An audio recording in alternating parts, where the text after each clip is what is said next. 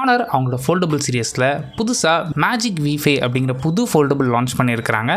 இன்றைக்கி இந்த வீடியோவில் இந்த ஃபோல்டபுள் எப்படி இருக்குது அண்ட் இந்த ப்ரைஸ் ரேஞ்சில் இந்த ஃபோன் ஒர்த்தா அப்படிங்கிற கம்ப்ளீட் டீட்டெயில்ஸ் இந்த வீடியோவில் நீங்கள் தெரிஞ்சுப்பீங்க.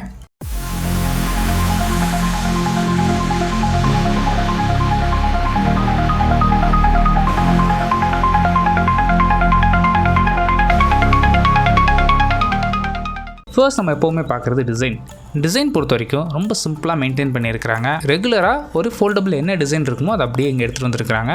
மேஜிக் V5யோட சைஸ் பொறுத்த வரைக்கும் உங்களுக்கு இன்னர் டிஸ்பிளே உங்களுக்கு 7.95 இன்ச்சஸ்க்கான 2K டிஸ்பிளே. எங்கள் டிஸ்பிளேக்காக உங்களுக்கு வந்து 80 LTPO AMOLED டிஸ்பிளே யூஸ் பண்ணியிருக்கிறாங்க. அண்ட் அவுட்டர் டிஸ்பிளேன்னு எடுத்துக்கிட்டிங்கன்னா உங்களுக்கு 6.45 இன்ச்சஸ்க்கான இங்கேயுமே 80 LTPO OLED டிஸ்பிளே யூஸ் பண்ணியிருக்கிறாங்க. இந்த ரெண்டு டிஸ்பிளேக்கு என்ன காமன் அப்படின்னா உங்களுக்கு ரெண்டுக்குமே பார்த்திங்கன்னா உங்களுக்கு 120Hzக்கான ரெஃப்ரெஷ் ரேட் சப்போர்ட்டும் அண்ட் பீக் பிரைட்னஸ்ன்னு எடுத்துக்கிட்டிங்கன்னா HDR கண்டென்ட்டில் உங்களுக்கு 5000 Hz வரைக்கும் போகும். அண்ட் இது மட்டும் இல்லாமல் லோ லைட்டில் நீங்கள் யூஸ் பண்ணும்போது உங்கள் ஐ ஸ்ட்ரெயின் ஆகாமல் இருக்கிறதுக்காக இங்கே 4320Hzக்கான PWM டிம்மிங் ஆப்ஷனும் கொடுத்துருக்குறாங்க.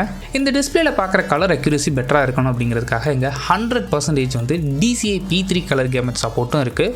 ஸோ ஓவராலாக பார்க்கும்போது அவுட்டர் டிஸ்பிளேவாக இருந்தாலும் சரி இன்னர் டிஸ்பிளேவாக இருந்தாலும் சரி ஒரு நல்ல டிஸ்பிளே இங்கே கொடுத்துருக்குறாங்க. நெக்ஸ்ட் இந்த ஃபோனோட ப்ராசஸரை பொறுத்த வரைக்கும் இங்கே ஸ்னாப்ட்ராகனோட 8L8 யூஸ் பண்ணியிருக்கிறாங்க. இதை சப்போர்ட் பண்ணுறதுக்கு உங்களுக்கு 16GB வரைக்கும் RAM ஆப்ஷனும் அண்ட் 512GB வரைக்கும் ஸ்டோரேஜ் ஆப்ஷனும் அவைலபிளாக இருக்க போது.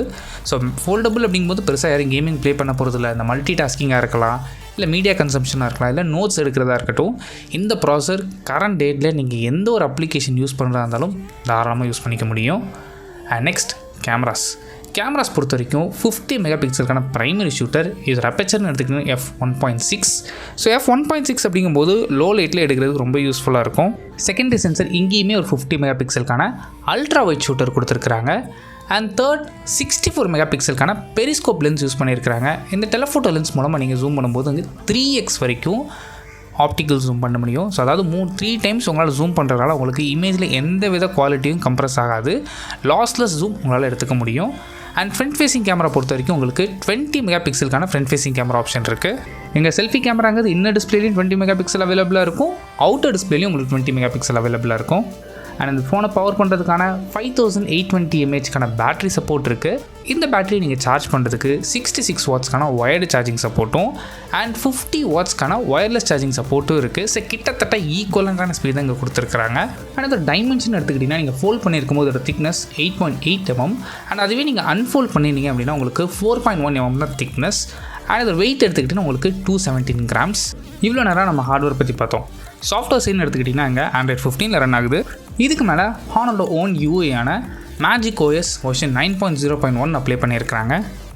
அடிஷ்னல் அந்த ஃபோனுக்கு 5G சப்போர்ட் இருக்குது, Wi-Fi 7 சப்போர்ட் இருக்குது, ப்ளூடூத் வெர்ஷன் 6.0 சப்போர்ட் இருக்குது அண்ட் NFC OTG இது காமன் எல்லாரும் கொடுக்குறது தான்.